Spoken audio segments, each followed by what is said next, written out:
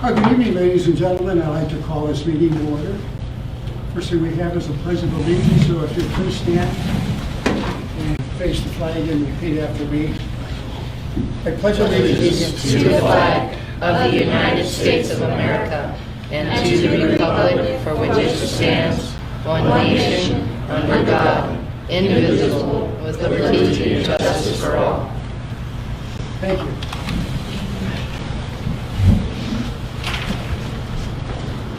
First thing we have on the agenda is to approve the agenda. So I'll entertain a motion to do that. I make a motion that we approve the agenda as posted. I'll second that. Been moved to second to approve the agenda as posted. Any discussion on that? All those in favor, please say aye. Aye. Aye, and that motion is adopted.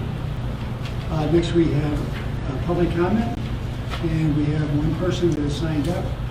So Melinda, we would like to hear from you, please. Yes, thank you.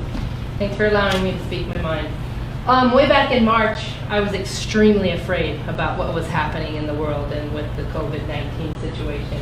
I mean, I was very, very afraid. Fearful. However, over the last several months, I've come to understand some really deeper things in the world and in what's going on. And to get to the point, last week I got to attend a social event where there was at least 30% of my families from my school in attendance with all of their children. It was the first time that we had been able to see each other since we shut down on March 16th. And it was such a beautiful event, but I heard from 25 parents, they all want to be back in the classroom. They can't believe how much their children are missing the programs that we provide at the Homeschool Academy. They can't believe how much a part of their lives the Homeschool Academy had become to support their educational pursuits.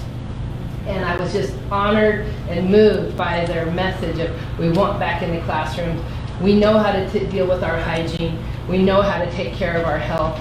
And we just want the program back in full force. And I wanted to share that with you. That was just such an opportunity for me to hear from them and really understand what the school means to them. So I'm hoping we can get back in the classrooms in September. Thank you. Thank you. Are there any others that maybe didn't sign up that would like to speak at this time? You're welcome to do so. Okay. We'll move on then to information items and reports. And the first we have staff recognition. During these difficult times, we've had a lot of staff that just have stepped up, and one of our leaders has been our maintenance facilities director, Matt Deal. So Matt, if you could please stand up. I won't have you come forward, but we'll keep social distance here. But I want to recognize Matt for his and his whole team for stepping up during. They've always done a great job. I don't want to think, but extraordinary job of auditing the sanitization program of the district, making changes where they were needed. I'd say just the professionalism of how he's handled it. Looking at our facilities over the summer, we're taking precautions. They've been installing water bottle fillers. Okay, we've been looking at trying to get sanitization products has been a challenge. So I'd say Matt's efforts in just being able to work with suppliers and get the things that we need just to keep our schools sanitized and clean and prepared for the coming school year has been pretty heroic. And at the same time, when I drive by the schools, his lawn crew has done an awesome job of, again, keeping the facilities looking great. So I want to recognize Matt and your team for a great effort. And I know it's been a lot of extra work on your team, but I just want to say thank you. And we have a nice certificate here. So thank you, Matt.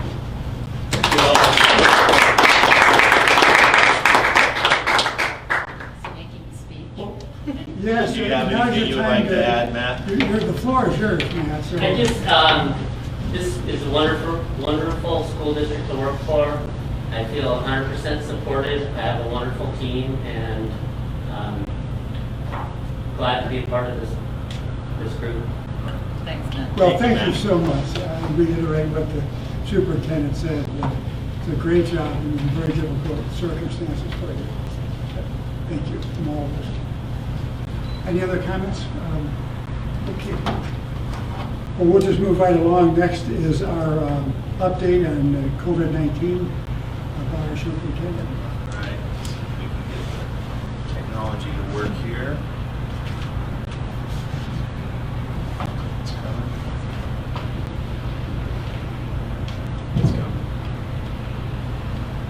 You want the lights in, Tom? Sure, that might be helpful. Yeah, that'll help.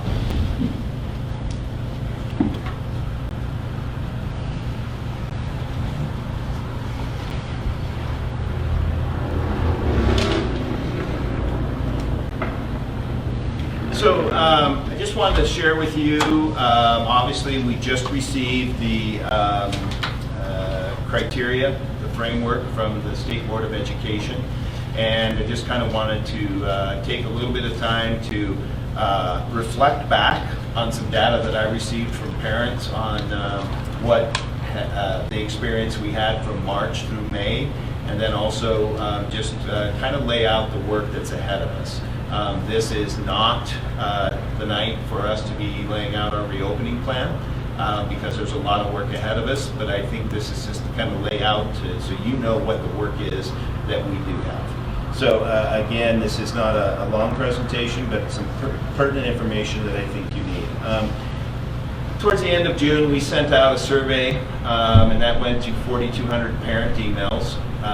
You know, every time you send out and try to collect data from people, it's hard to get, but we did have 676 different individuals respond, and roughly calculating that probably represented about 900 students, just because families had multiple students. So with that, this is again approximate. We had about 24% of the students represented, which I would say a good representative sample, statistically speaking. All schools and grade levels were represented, and a second survey will be going out shortly. Whether I wait to the end of July, like I have told parents, or whether I do it sooner, we'll continue to collect and give input. Get input from the parents. So within that, here are a few of the highlights. So this is just to go back from March 18th through May 29th. How would you rank the overall experience of distant learning for your family? The far right was a very high stress. Distant learning did not work for our family. And the middle of the ground, where you say 50%, is it depended on the day, some days better than others. So really, the way I look at it is that there's about 36% of the respondents, if you take the light blue and the orange, that really it was a pretty stressful time for their family, and it was not something that worked real well for them. Obviously 23%, didn't work well at all. The middle 50% there, and then you know, we did have 8% of the respondents that said it was low stress. We handled distant learning extremely well. So you know, this is just some good information for us to get as we're making plans and what improvements we need to do as we move forward. I captured, not really in a graph, but one of the questions of what were the biggest challenges with distance learning. And 55% of the respondents said, I did not have enough time to assist or oversee my student with their work. The next highest was a lack of background knowledge to assist my student. Then in order, communication was not clear on completing assignments. And keep in mind that we turned on the dime and moved to distant learning. The amount of work from my student was overwhelming, was 28%. And lack of adequate technology to communicate effectively with teachers was 28%. There was an other, and I captured, and of the other comments, which there were a lot, these two were kind of came back and multiple times, so I thought it was important to capture those. Keeping students motivated was difficult, and consistent delivery communication by teachers could improve. And so this is good feedback for us when we talk about how do we use our learning management system, which I'll talk about a little bit. And at any point in time, you have a question stop me and ask it. I'll just keep moving through unless there's some clarification you would like.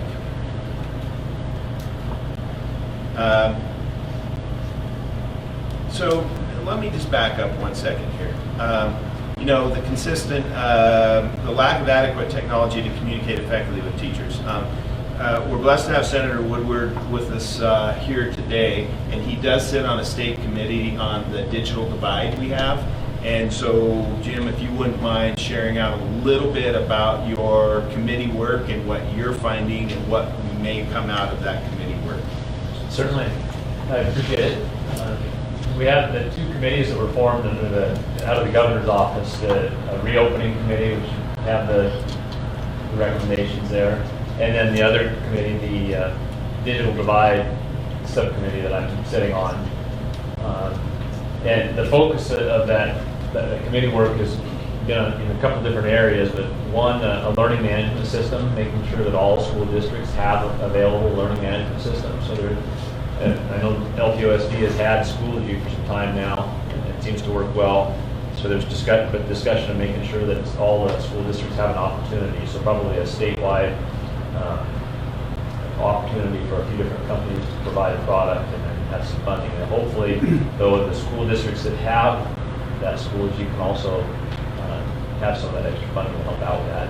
Essentially, what that proposal looks like right now is a mini grant application and then a payment for the first year of that system, where LPOSD already has it in place, if that won't be the case. Professional development is another emphasis in this digital divide, to make sure that teachers have the tools, either for the learning management system or just this new foreign notion of how do you try and engage students when they're not there under your wing, where you can pull them in physically if necessary.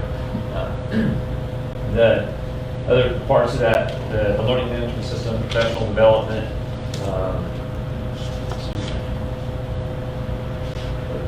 the devices, there's quite an effort to make sure. We've seen the tally now. I think the number I heard last was probably shy about 130,000 computers or Chromebooks in the state, somewhere in that area. And so real effort with private enterprise to try and figure out how to round up a huge number of digital devices for students to work on and how to get those distributed. And the Bloom Foundation is right in the center of that, working on that effort. Terry Ryan. And then last, the connectivity, which is, we know, the rural, urban, just that question is so different across the state. It's so different just even in parts of the county. And so how do we deal with that? And I just don't know the answer to that. We can make improvements, but we're not going to have a final answer on that. So those are really the four areas of the committee work that I'm involved in. You know, and had a conversation with Senator Woodward in the sense that, you know, when you ask the question, do you have technology at home, is different than do you have adequate technology? Because, you know, providing work is different than providing instruction. And as we all know, if you have to try to stream videos or you try to do something along that line, that becomes requiring more technology than just, okay, yes, I can get some assignments, but I'm doing it on a small device. So the word adequate to me is something that really has to be in the picture, not just do you have technology available to you, because adequate technology is key for me, and I you know, so we're looking at you know, over 28% of the representative sample of our parents said lack of adequate technology to communicate with teachers was an obstacle. So it is there, and it is true. So those are things that yeah, I appreciate the efforts of looking at possible solutions. I think I see, you know, the county working with one provider trying to, yeah, I think I saw that, to expand some of the connectivity throughout the county. So, You know, there's more grants available, federal grants. Any other questions? Do we have any questions for Senator Woodward? There will be, there's mention of grants there, so there's the money that's Federal coming. government, yes. Well, the money that's coming through the state right now, there's already some money available for part of this for the learning management system. The CFAC, the CARES Financial Advisory Committee that the governor set up, I believe that they may have already, or they're going to consider $30 million to this effort, some of the money that's available through that committee.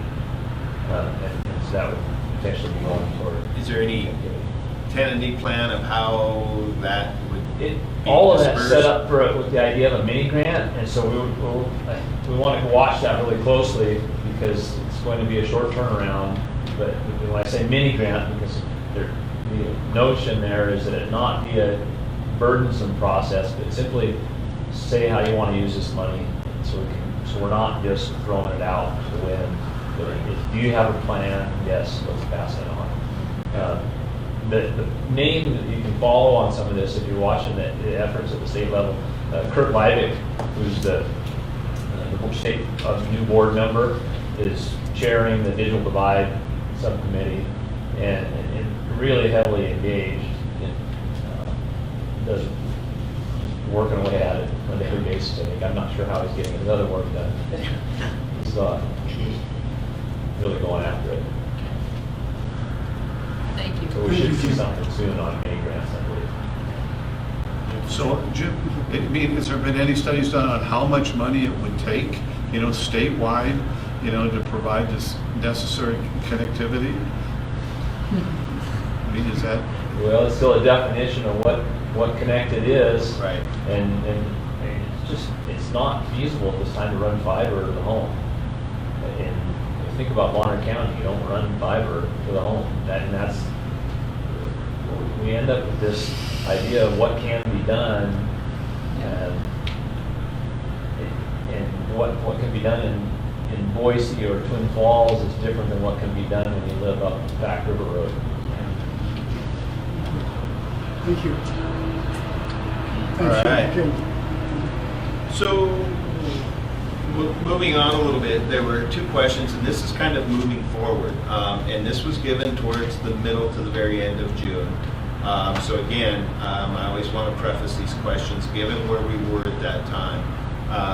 Based on current conditions, and assuming schools would be allowed to open on September 8th, this is before we had the State Board of Education framework or any of that, would you send your child to school? And we had 77% of the respondents said yes, 2% said no, and 21% they were uncertain at this time. So again, I've heard and echoed what Linda said,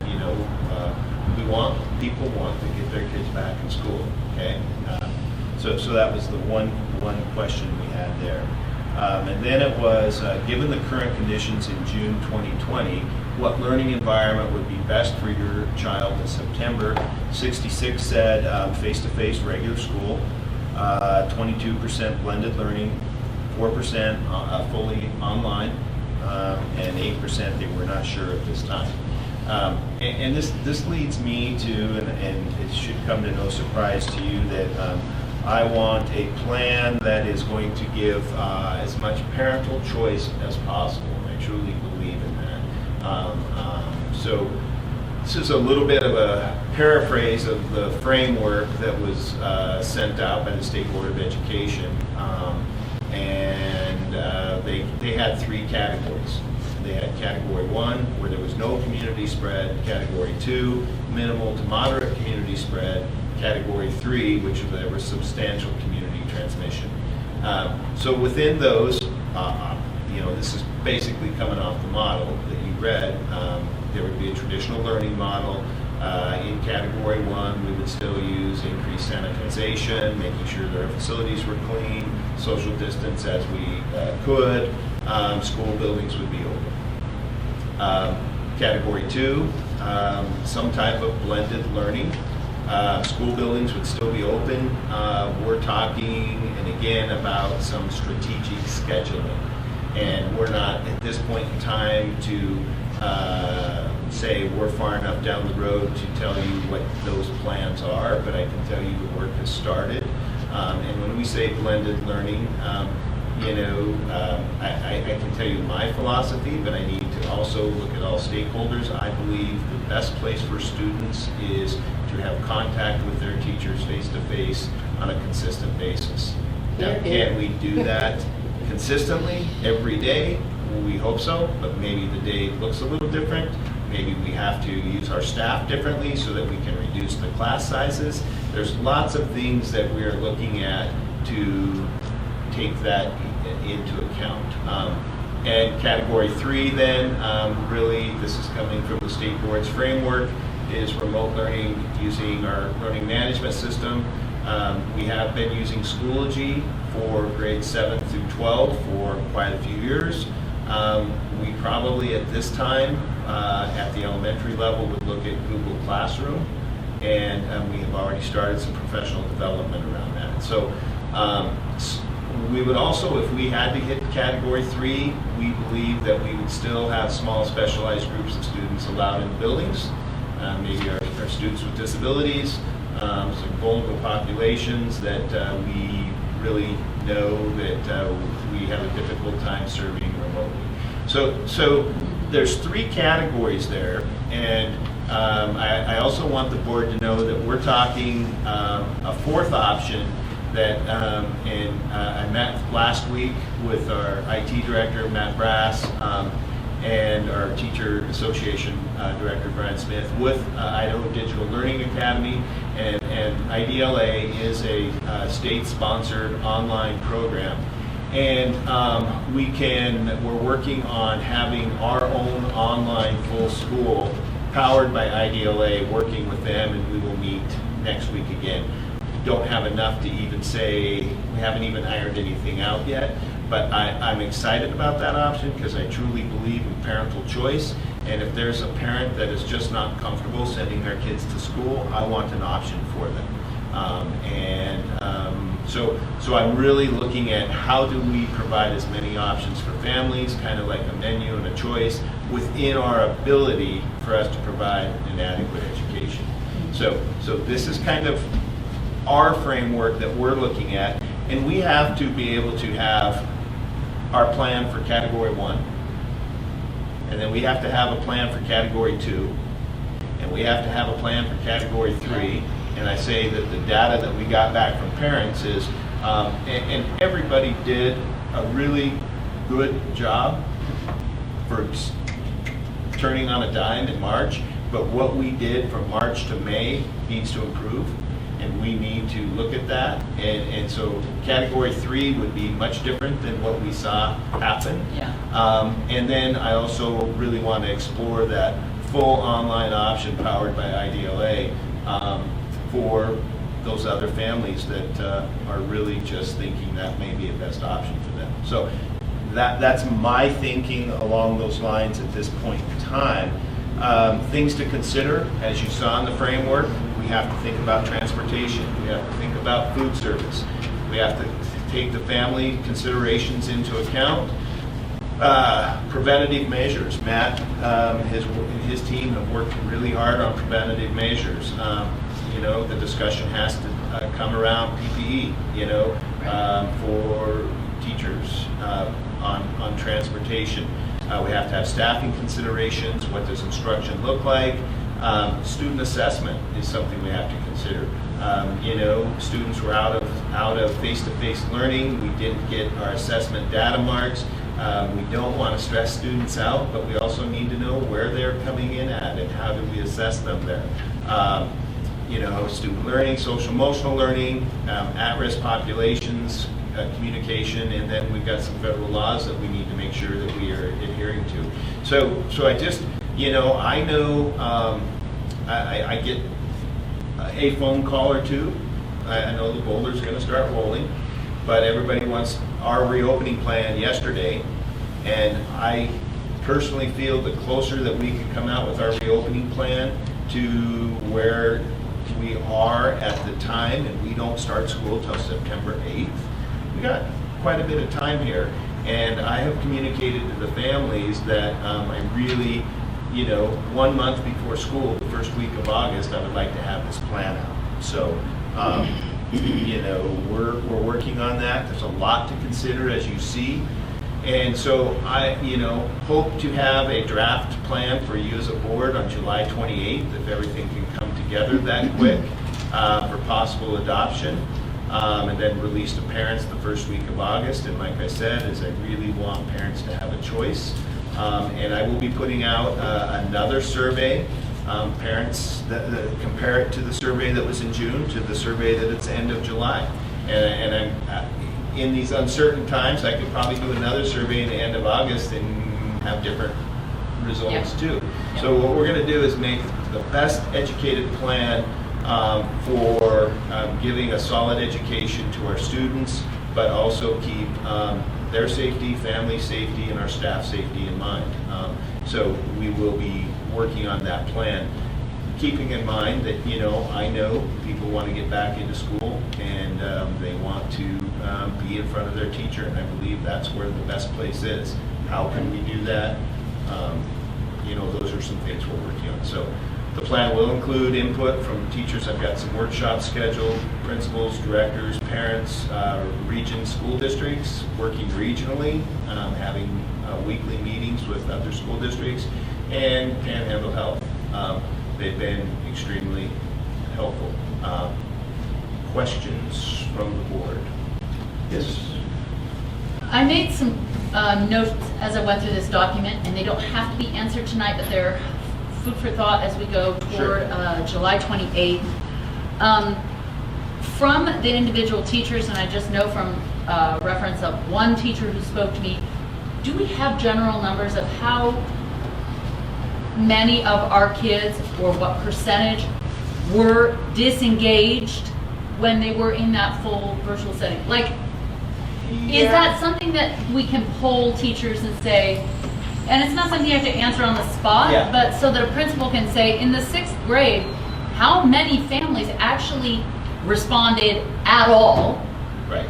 And to a level, you know, is I there... did do a staff survey based off of that, and I have that. Yeah. I will get that to you. And I'm going to say roughly it was around 50%. Yeah, so that's something that as we make a plan for these 3 stages, obviously it's not an issue in this first category, but it really becomes an issue when we're swinging between this hybrid and this category 3. And I can say when we talk category 1 and category 2, both of them are going to have an option for kids to go back to school and be with their teachers. Right. Category 2 might just look a little different. We may have to use our staff a little more efficiently, and we're going to have to reduce some class sizes, and you know, we're going to have to do some things to be more creative. We just can't say, hey, we're opening school, here you go. So one of the other questions in that staff survey, did you get a sense of how much of our staff is themselves at-risk population? You know, I didn't ask that particularly in that. So that we would have a sense of how it impacts our classroom when we move into a category 2 or 3. How many of our teachers have to say, I can't be there? Right. And that's just one of the things that came up. We'll be working on that data.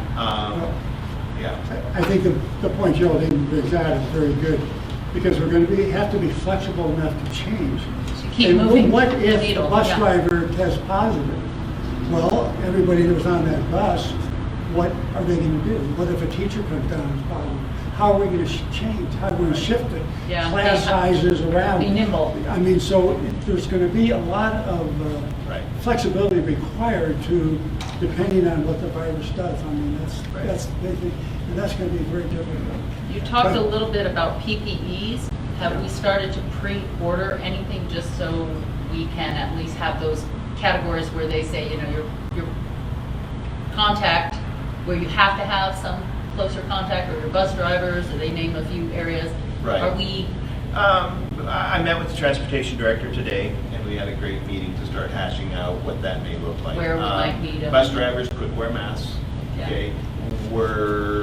Have not made any decision on putting masks on students at this point in time. No. That's something that you know, we'll still be working with Panhandle Health on.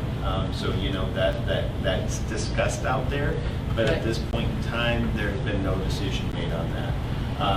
In the classrooms, you know, we're looking at how do we give students space And that's kind of a key thing that we're measuring every classroom with every square foot and looking at where we are with capacity. We have a lot of tables where students sit at tables, so we're working on. I'm not a fan of putting kids in a cubby. I want creativity and to be as normal, but there are some options with some clear dividers where they can still see their friends, and it's not this cubby, but something that could be somewhat of a mitigator. So there's some things that, yes, we do have in the works. I'm just throwing things out here to be answered later Right. if necessary, but there's some reference to board policies and new policies. And obviously, we can approve some version of a calendar, but if we keep kind of responding to community situations, we have to be very flexible even with the Right. calendar. So, And I guess that the plan of having a plan for Category 1, Category 2, Category 3, with also the online, fully online option, then would allow that, the flexibility. best that I could come up with, to allow that flexibility to adjust to where we may need to go.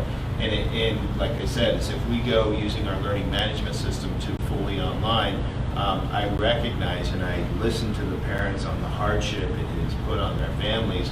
But we would need to be prepared to do that, and it might be short term, might not be long term. So those are just.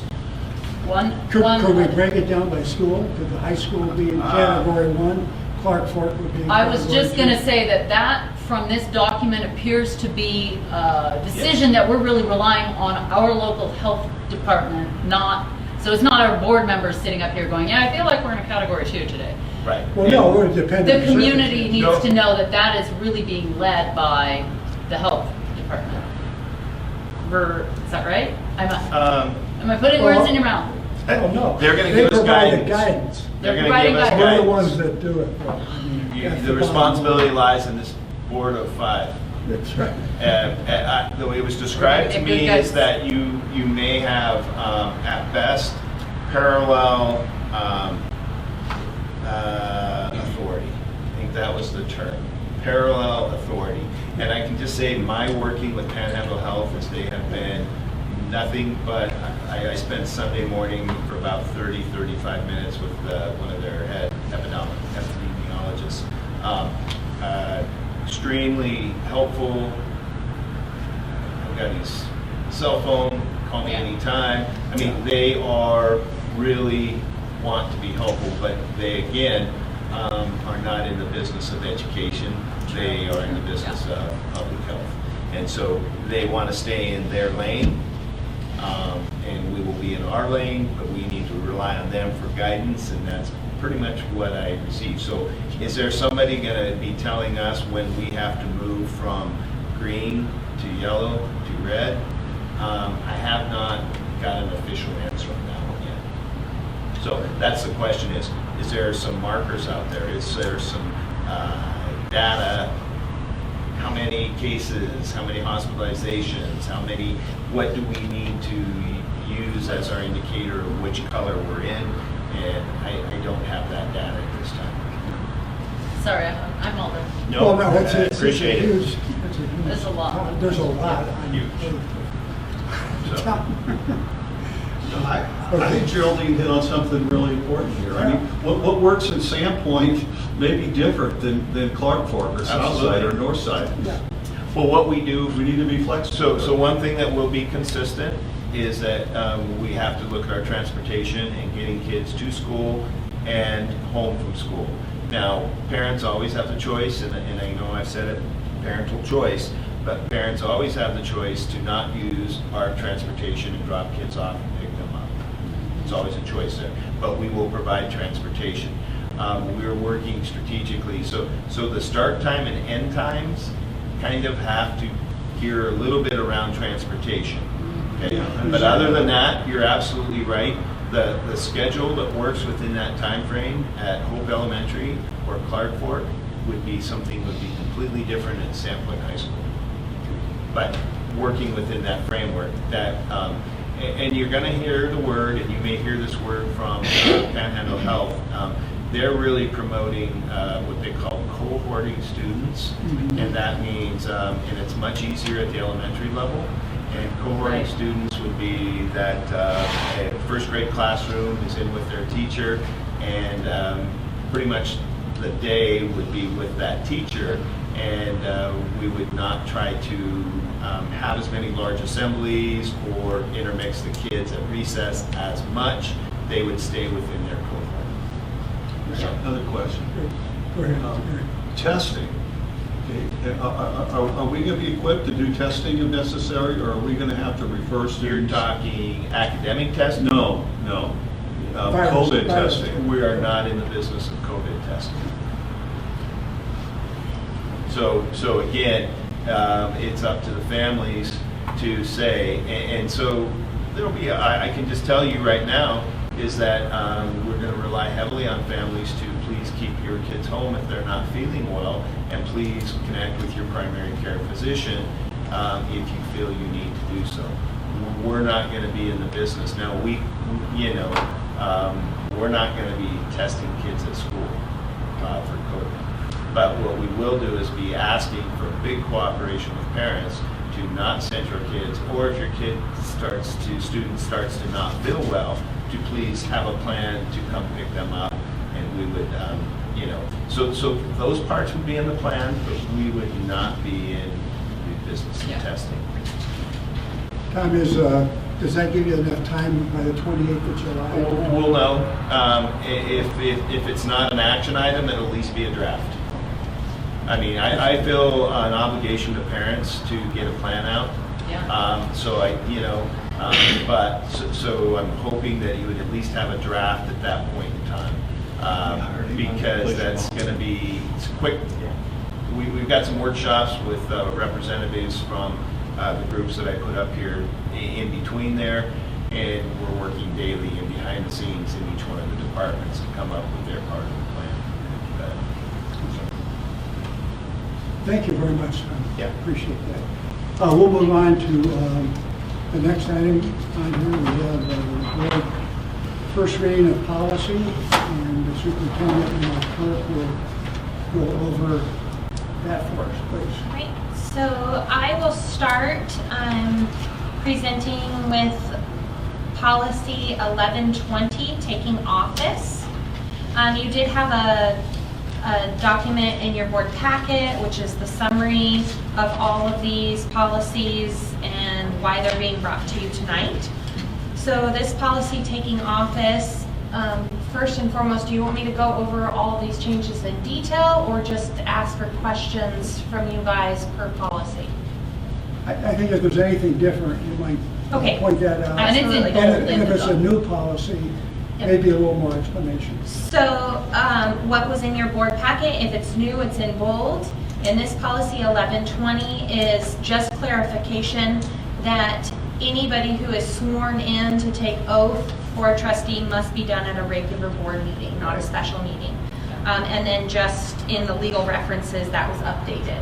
So do you guys have any questions on that policy? Attached after that is the procedure, and again, that is just to align with our practice and making sure that trustee oaths are given at a regular board meeting, not a special meeting. Or any questions on that procedure? So you don't adopt procedure, but I am obligated to share that with you. And then policy 3000. It is entrance, placement, and transfer. So the and transfer is new language presented by ISBA just to cover us in policy. So ISBA is Idaho School Boards Association. In the second paragraph, there is just language to clarify it for readability a little bit better. And then there, at the very bottom of the first page in policy 3000, there's advanced enrollment for military dependents. That is new Idaho code and must be present in your board policy. So that's new language. That is all in bold. And that is just model language. Nothing was changed from ISBA there.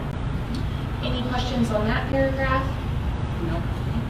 And then the whole next section was model language from Idaho School Boards Association again. This is our common practice and what we do for our K through 12 students when they transfer in from out of state or from a new district within state. And any questions on that section of transfer? Okay. And then again, legal reference to reference federal code and state code have just been updated as that changes very frequently. Moving on to the next two policies are new policies that I'm presenting to you tonight. These are new policies, not new to ISBA, but they would be new to us. I don't know why we haven't ever adopted them because this is our exact procedure of what we do for these policies. The first one is policy 3010, and it's open enrollment by students who reside within and outside the district, sorry. And everything is in bold, of course, because it's brand new. Would you like me to go over every one or just highlight the procedure? So, Unless anybody has any questions on it, we've all read it, so. You say this is our existing policy. This is our existing practice, correct? And we would just like to adopt it into policy.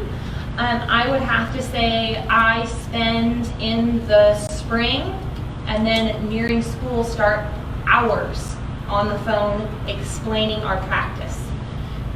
Hours to parents. Most phone calls ranged about 15 minutes of the procedure of how we handle open enrollments. Our district, since I've been here, and Tom that he can remember, which is many, many years, we have accepted open enrollment applications within district and outside of district.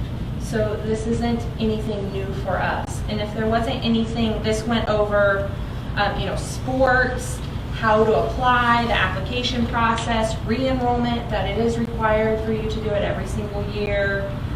What happens if you violate the open enrollment application? So this policy outlines everything, and you've had this in your packet for review. So I would be more than happy to answer any questions that you may have based off of this. It seems straightforward. Yeah. And the next policy is also another new policy. Again, this isn't new practice for us whatsoever. This policy is 3080 attendance by out-of-state students. They have to essentially pay for school for the entire year to come to our school district. And where this is most prevalent is Clark Fork. So students from Knoxon and Montana would like to attend Clark Fork. And this is our practice. This policy here that is presented in front of you. Again, all bold. This is exact model language from Idaho School Boards Association. And if you have any questions. I just have one question. In practice, the very first statement is that it is that the transfer does not create a hardship on the receiving school. Is that meaning having a transfer and doesn't cause you to need a new teacher or something like that? Is that the kind of hardship you're talking about? Yeah. If we did not have room, we could deny that. What is the cost of tuition? I'm sure it changes everything. It does, and that's set by the state. Lisa has stepped out. I believe it's nearing $10,000. Because didn't we talk about this with students that take some courses that go to some of those resident programs and having to pay? And it was up there. But that's set by the state, not it's by set our... by the State Board of Education, and they'll set the amount for out of state for the entire year. Yeah. But it is, I don't have the exact dollar figure. I can email you guys so you know specifically. When you say the entire year, that means they have to pay for the full school year whether they attend the full school year or not? It is required up front. Up front, Yes. pay in advance. for the I entire don't school know, year. or the situation, if there was they moved away and they lived in Montana and they, moved out of state, that we would retroact that, I don't know. That hasn't There's come out yet. some discretion there. I'm sure it would be looked at with Yeah. discretion and, And we would do Yeah. it. Well, that's good, I like that, we did it up front, so that's. are there any more questions regarding this policy? No, okay. Okay. And then the next two, I will turn over to our Sure. superintendent. Yeah, these are not new policies, these are just policies that State Board of Education requires an annual review. So we just tried to bring these that require an annual review every so often. So we're not doing them all at one meeting. The first one is Board Policy 3280. And what we were looking at is trying to align our policy with model Idaho School Board Association policy. So as you can see on equal education, non-discrimination, sex equity, non-discrimination, basically there's a redundancy. What you see, the line that has been, has a line that is stricken out about filing a uniform grievance is also in the third paragraph. So really, there was no reason for it to be in there twice.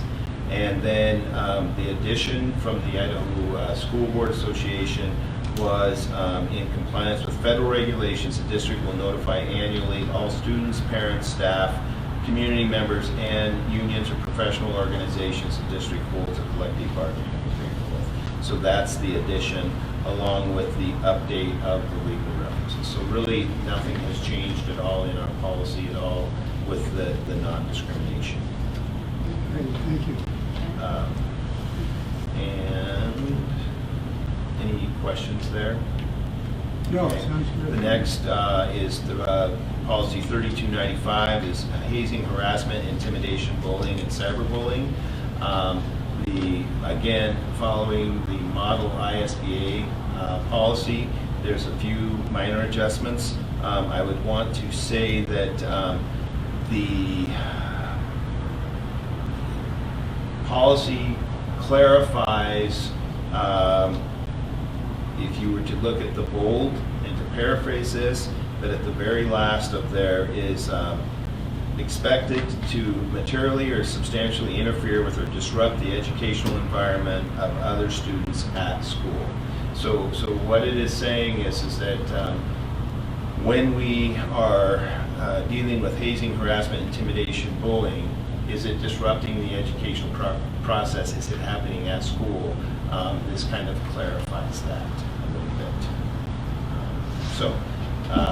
It says, listed above, they can reasonably expect to materially interfere with and disrupt the educational environment. So if it were to happen outside of school and it brings it into school and it disrupts the educational environment, then we would then be dealing with those, with the, I guess, two policies. Talks about graduating consequences, and then also the building principal would be the first person that would be reported to. This is under the discipline section, and I believe those were the only changes other than a few of the legal references that were updated. Okay. Very good, thank you. So, Any questions by the board? Okay, we'll move on to action items, and we have the consent agenda to approve. Make a motion that we approve the consent agenda. Second. It's been moved and seconded to approve the consent agenda. Any discussion of that? Yes, Shirley. One note is the legal services agreement documents in there are new. That's just something out of the ordinary for our consent Right. agenda. For our That's new true. legal counsel. Any other comments? All those in favor of the motion, please say aye. Aye, that motion carries. Thank you. Next, we have announcements. I think I talked enough today. I really don't have any other announcements other than the reopening plans right now. Okay, any board members have any announcements? Okay, in that case, I'll entertain a motion to go into executive session to complete our agenda. And I will make a motion to move into executive session as provided for in Idaho Code Title 74, Section 206, subsection 1B, to consider the evaluation, dismissal, or disciplining of, or hear complaints or charges brought against a public officer, employee, staff member, or individual agent, or public school student. And subsection 1D, to consider records that are exempt from disclosure as provided for in Chapter 1, Title 74, Idaho Code. I'll second that. It's been moved and seconded that we go into executive session as stated. Any discussion about it? Roll call vote, please. Roll call vote, trustee Williams, Aye. trustee Superger, Aye. trustee Decker, Aye. trustee Lewis, Aye. Chair Kelly. Aye. Thank you. We will take a short break to go into executive session. Short recess.